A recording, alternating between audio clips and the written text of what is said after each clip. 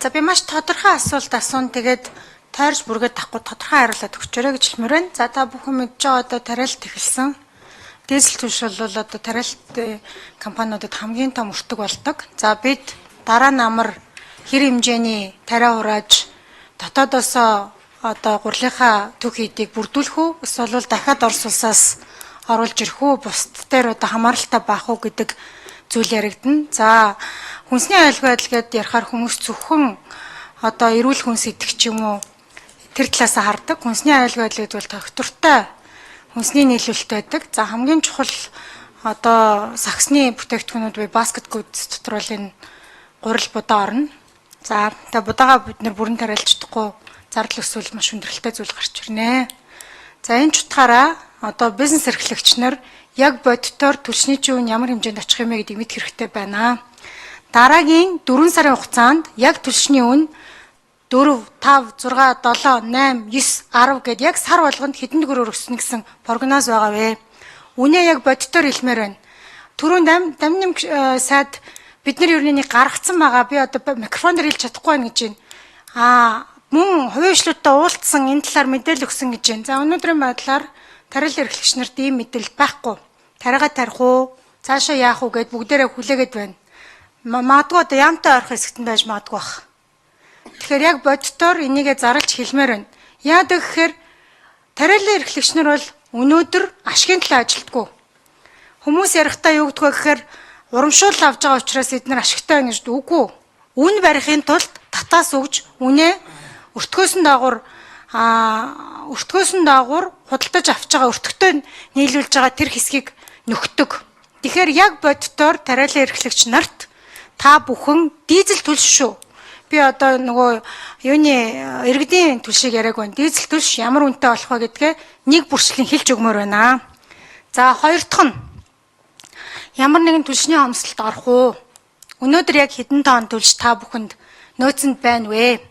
За хоёр зүйл шүү дээ. Нэгдүгээрт үн өсөх бол бид нар ойлгомжтой болсон. Хоёр дахь зүйл бол үн өсөх нь яах вэ? Энэ нь эргээд хомсдолд орох уу? Бүр одоо зогсон байдалд орох уу гэдэг чинь хамгийн чухал зүйл болчиход байна. Бизнес эрхэлж байгаа хүмүүст. Бид нар бизнес эрхлэгчнэрээ дэмжиж, бизнес эрхлэгчнэрийнхаа хаалгыг бариулахгүй байж энэ хямралыг бид нар давж гарна. Тэгэхээр татвараар дарамтлаад байж байгаа засгийн газар цаашаа үргэлжлээд одоо түлшнийхаа үнийг буруу тодорхойлж өгснөөсөө болоод бизнес эрхлэгчнэрт дарамт учруулах уугүй юу гэдэг асуултанд хариулаад өгөөч гэдэг ийм асуулт тавьж байна.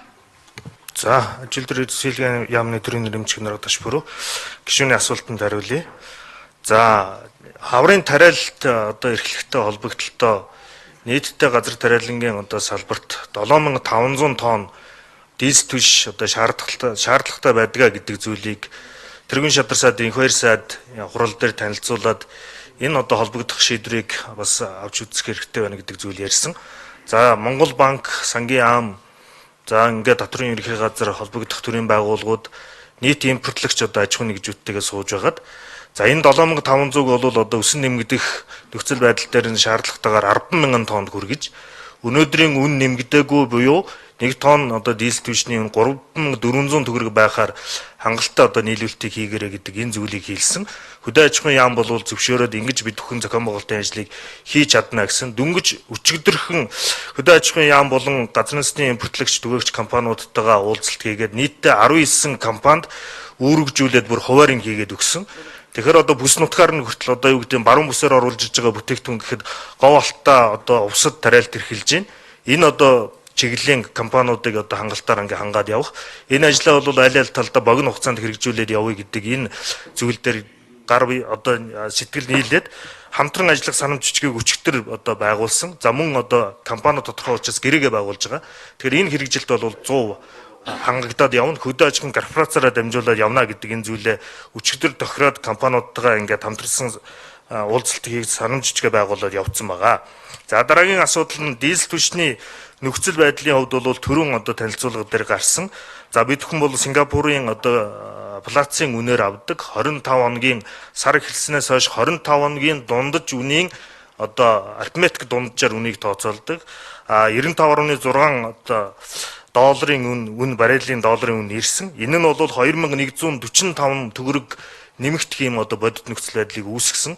За Монгол Улсын засгийн газар аж үйлдвэрийн яамнаас одоо маш богино хугацаанд энийг иргэдээр одоо эффект бага үзүүлэх үүднээс 3 сарын одоо бага үнэн дээр бол 300-аас 350 төгрөгийн нэмэгдлийг хийгээд өгөө. Ингэх юм бол 4 сард орж иж байгаа бүтээгдэхүүнийхээ үнэн дээр тодорхой хэмжээнд дахиад 400 төгрөг 300 төгрөг гэдэг байдлаар үе шаттай нэмэгдүүлээд явах юм бол энэ нөхцөл байдал бол зөөлөн буун. Хоёрдугаарт нь бол ер нь бол дизель түлш бол харьцангуй яг энэ иргэдийн одоо гар дээр ирдэг инфляцид нөлөөлж байгаа сагсанд үзүүлж байгаа нөлөөлөл бол 2.2% байдаг. За тэгэхээр энэ арга хэмжээ хийгдээд явж байгаа. Өнөөдрийн оруулж байгаа энэ албан татвар бууруулахтай холбогдолтой асуудал ингээд шийдвэрлэх юм бол бас 230 төгрөгийн асуудал одоо үүсгэнэ. Тэгэхээр ийм үе шаттай ажлуудыг хийн. За ер нь бол түрүүн гишүүдийн асуултанд бас гарч ирсэн. Бидний энэ дайны нөхцөл байдалтай холбогдлолтой маш богино хугацаанд авч хэрэгжүүлэх арга хэмжээний төлөвлөгөө болон хуулийг бас эдийн засгийн хөгжлийн яамнаас одоо өргөн бариад ингээд явж байгаа. За плацын үнэн дээр суурилахгүй Оросын холбооны улстай энэ юуны агарын хөлгийн шатхууны асуудал одоо шийдэгдснээр бол цаашд бид бүхэн энэ тогтмол үнээр авдаг байх асуудлыг хүртэл одоо шинэ ерөнхий сайд ингээд ярина гэдэг зүйлийг хэлээд явж байгаа. За мөн одоо бид бүхэн цаашлбал бол нөөтийн асуудал за онцгой үед одоо энэ татвартай холбогдлолтой за Монгол банкнаас одоо хөнгөлтөө зээл олгох за долларын ханш одоо өндөр үнэтэй болох юм бол докторжуулах гэд энэ бүх асуудлуудыг Монгол Улсын засгийн газар одоо шийдвэрлээд явах боломжтой одоо хуулийн төсөл эдийн засгийн хөгжлийн яамнаас бол өргөн барьсан байгаа гэдгийг хэлье. За өнөөдрийн дараагийн асуулт өнөөдрийн нөхцөл байдал дээр бид бүхэн бол нөөцийг одоо маш богино хугацаанд нэмэгдүүлэх юм арга хэмжээний ажлуудыг хийсэн. Өнөөдрийн байдлаар Монгол Улсын хэмжээнд Улаанбаатар төмөр зам дээр бол 1300 вагон цистерн одоо газрын засгийн бүтээгдэхүүн агуулах байхгүй бууж чадахгүй. За номын гишүүн тодорхойл. Би ерөөсөө маш тодорхой хариулт нэгж байна. За би та бүхний таны тайлбараас маш олон төрлийн тайлбар хийснээс нэг өгүүлбэр ойлгож авлаа. Энийг би иргэдэд буюу бизнес эрхлэгчид хэрэгтэй учраас давтаж хэлье гэж бодож байна. 10,000 тонн дизель түлшийг 3,400 төгрөгөөр ямар нэгэн өөрчлөлтгүйгээр тариалан эрхлэлтийн үеэр олгоно гэж хэлж байгаа юм чи ойлголоо шүү. Нэгдүгээр нь. Хоёр дахь нь би та нараас хэдэн төгрөгөөр нэмэгдэж байгаа гэж асуугаагүй. 4, 5, 6, 7 сар та нар яг дизель хэдэн төгрөг байх чаа гэдэг прогноз хэлээч гэж асууж байна. 3 дугаарт өнөөдөр 3 дугаарт дамжин гүшүүнэ би ярьчихуу давхардахгүй байж байгаач. Дамжин гүшүүнэ би ярьчи давхардахгүй байж. За миний минутыг нэмээд өгчөөрэй. 3 дугаарт За 1 минут нэмээд өгч. би 3 дахь аваад хэ. Тийм 3 дугаарт би тодорхой асуугаад байна. Нөөц өнөөдөр хэдэн вагон хаана орж ирсэн надад бодлоо байхгүй. Яг хэдэн тонн та нарт нөөц байгаа юм бэ? Тариалан эрхлэгч нарт эрсдэл үүсээд нөөцгүй болох юм уу гүм үү гэдгийг хэлээд өгөөч гэж байна. Тодорхой асуулт суугаад байна шүү дээ. Тэгж яах чинь тойрол хэдэн тонн тэнд байгааг яриад тах ямар сони юм бэ? За гишүүнээ уучлаарай. Яг хариулах гэж байтал бас хугацаа дуусчлаа. Яг өнөөдрийн байдлаар Монгол Улсын хэмжээнд 111,550 тонн буюу 28 хоногийн одоо нөөцтэй байна. Төрөний хэлсэн 10,000 тонн бүтээгдэхүүнийг олгож байгаа нь бол газар тариалангийнхаа хангалтыг бол тогтмол үнээр хангалттай аваад явна гэдэг ийм тооцоо байгаа. За мөн одоо хэлсэн. Тэ 28 хоногийн нөөц буюу 111,555 тонн байна.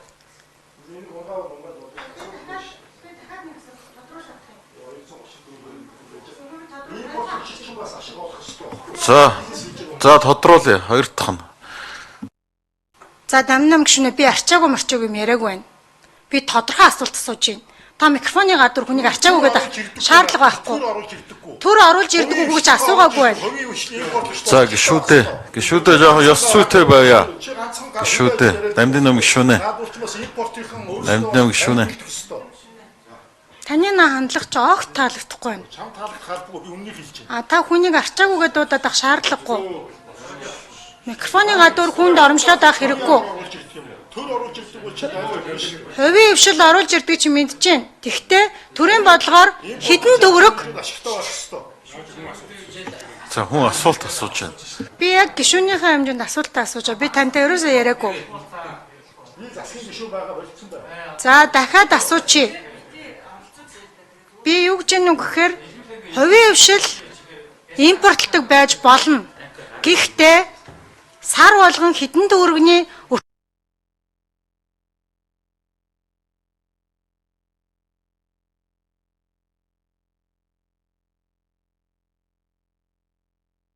бас яг энэ төрийн албаа агчид маань хөрхийн ингээл чадлаараа л хичээж байгаа. Тэгээ энэ эдийг маань одоо ингээд өглөө босоод ирэхэд нефтийн үн $78, маргааш өглөө нь $118. Нөгөөдөр нь $98. Хинч тааж чадахгүй дэлхий вэ? Хинч тааж чадахгүй. Тэгээ ийм нөхцөлд энэ мөн хэдэн төрийн албаа агчид чи тодорхой хариулгыг загнаад байж бас болохгүй байна л та. Бид нар хаана ойлгомоор байна. Хөдөө аж ахуйн маань бас тэнд бизнес хийж байгаа. Үнэн. А гэхдээ нефт импортлогч чинь бас бизнес хийж байгаа байхгүй юу хөрхий. Хэдэн мянган хүн ажилуулад энэ улс орны бас тусгаар тогтнол, үндэсний аюулгүй байдал хувь нэмрээ оруулад гайлаар орж ирж байгаа барааных нь үнэн нийл олж байгаа ашиг нь нийл дандаа алдагдaltaа шахуу ингээл эргэлдээд явж байгаа аж ахуйн нэгжүүд явж байгаа. Хамгийн хүн цогцолтыг авч байгаа. Төр 91 юмыг одоо ард иргэдэд хандаад нэг юм хэлэхэд төр бол бензин шатхуу оруулж ирдэггүй шүү дээ. Төр бол тогтвортой хангах үүднээс одоо ерөнхий хилцлийг л Орос улмаас бүгдийн хятадаар тулстай хийдэг. Амьдны юм оруулж ирдэггүй. Зандан шатар оруулж ирдэггүй. Одоо учрал ерөнхийсаа ч оруулж ирэхгүй. Энд сууж байгаа их хурлын гишүүд бид нар бүгдээр оруулж ирэхгүй. Тэнд аж ахуйн нэгжүүд оруулж байгаа. Тэнд бас хүмүүсээ цалингаа өгөх ёстой, дотроо төлөх ёстой. Тэр хүмүүсийг бас бид нар бодох ёстой. Энэ хаврын чуулган, энэ хаврын тариалалтын тухайд бол 7500 тонн дизель түвшийг хэн дун дээр аммаар байна гэдэг саналыг хөдөө аж ахуйн яам тавьсан. Манай яамны одоо энэ аж үйлдвэр соёлын яамны зүгээс бас энийг нь судлаад 100000 тонныг бүр одоо аж ахуйн нэгжүүдэд яг бодит үнээр нь одоо өөрөөр хэлбэл 3 сарын үнээр гэсэн үг. 2 сарын үнээр гэсэн үг. 3400 хэдүүлээ. 3400-аар нийлүүлье гэж. Энэ бас тодорхой хэмжээнд ард иргэдийн халаасан дээр очих, амьдралд нь нөлөөлөх энэ одоо нөлөөллийг бууруулах гэж л зорж байгаа юм. Хин ч энэ улс орны ард иргэдийн эсрэг байхгүй. Хөдөө аж ахуйн ард иргэдийнхээ төлөө байгаад нефт импортлогчд, түгээгчд одоо аж ахуйн нэгжүүд эсрэг байгаад байгаа юм ерөөсөөч байхгүй хөрхий. Бүгдээрээ л зүтгэж чинь. Төрийн албаагчд зүтгэж чинь. Загнаадах хэрэг байхгүй. Өглөө босоод ирэхэд тодорхой бос байгаа юм дээр хинч тодорхой хариулт хэлэхгүй. Тэгэхээр үннийг хэлэхэд эднэр бол өдөр шингүүл зүтгэцгээж байгаа хөрхий. Тэгэхээр бүгдээрээ ойлголцоод ингээд явах ёстой. За янз янзын ойлголт гарсан бол ойлгож хүлээж авах үзье. Бас буруу зүрүүгээ хэдүүлээ ярилцчих хэрэгтэй баг. За энэ гайлын албан татварыг одоо тэглэх эрхийг одоо хөдөлгөх эрхийг засгийн газарт өгж байгаа нь нефтийн бүтээгдэхүүн болгон дээр 5% хөнгөлөлтийг хамгийн дээдл нь өгч болох эсэх эрхийг л засгийн газарт өгч байгаа. Өөрөөр хэлбэл литр бензин дээр литр дизель түвшин дээр 230 төгрөг хүртэл хэмжээний хямдрал үзүүлэх боломжийн тухай л ярьж байгаа. Цаашлаад бид нар нэмэгдсэн өртгийн албан татварыг бууруулах тухай асуудал, тэглэх тухай асуудал яригдчихэж байгаа. Ингээд нөгөө талд нь улсын төсвийн орлого сар тутам 70 тэрбум төгрөгөөр тасгана. Жилдээ үндсэндээ бараг 1.80 орчим төгрөгийн одоо тасалт үүснэ. Нефтийн үнийн өсөлтөө шалтгаалаад бид нар нэг жилийн хугацаанд одоогийн байгаа байдал дээр суурилж харах юм бол 1.2 их найд төгрөгийн одоо ханшийн дарамт үүсгэр байна гадаад валютын. Ийм нөхцөл байдал биднэрт тооцоологдож байна. Үнэхээр хүнд байгаа. Инфляц өснө, дээрээс нь нефтийн үн өснө. Энэ хэрээрээ одоо булган туяа гişүү ярьж байна лээ. Энэ манай уул уурхаан бараа бүтээгдэхүүний үн өсөөд дийлэхгүй юм байна л. Дийлэх хэрэггүй байгаа. Тийм ч учраас Австралид уурхаанууд зогсож байна. Индонез зогсож байна, Шри-Ланк зогсож байна. Дэлхийн 95 оронд газрын тосны бүтээгдэхүүний онц одоо хомсдолтой хүндрэлтэй нөхцөл байдал эдийн засгт нөлөөлөгдөхөөр ийм тоо гарч ийн Bloomberg-ийн мэдээлж байгаа. Бид нар бол туйлын хүнд байгаа, бодит үннээ л хэлэх ёстой л гэсэн юм л байр суурьтай байгаа. Тэгээ докторийн төсөл дэмжиж өгөхийг хүсье. За санал хураалтанд 19 гишүүн оролцсноос 12 гишүүн дэмжиж 63.2%-аар дэмжигдлээ. За тогтоол нэмэлт оруулах тухай Монгол Улсын их хурлын тогтоолын төслийн хэлцэхээс хэлцүүлэг явуулсан талаар төсвийн байнгын хорооны санал дүгнэлтийг чуулганы нэгдсэн хуралдаанд улсын их хурлын гишүүн хэн танилцуулах вэ? Цогтоотор гишүүн танилцуулах уу? Цогтоотор гишүүнээ асууж байгаа дооч. Үүрэг гишүүн танилцуулах уу? Санал дүгнэлт чуулганд. За тэгээ. За санал дүгнэлтийг улсын хурлын гишүүн өөрийн туяа танилцуулнаа.